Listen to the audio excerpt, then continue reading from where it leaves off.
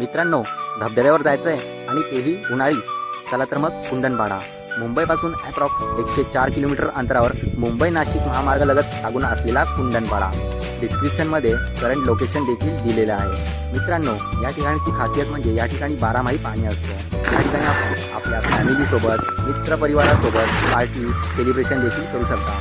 आता एक प्रश्न पडला असेल, या ठिकाणी 12माही पाणी येतो कुठून? चला तर मग त्याच अंतरापासून थोड्या अंतरावर पुढे गेल्यावर भव्य असा दिसून येतो तो कुंदनचा तलाव आणि या ठिकाणी तुम्ही कॅम्पिंग देखील करू शकता.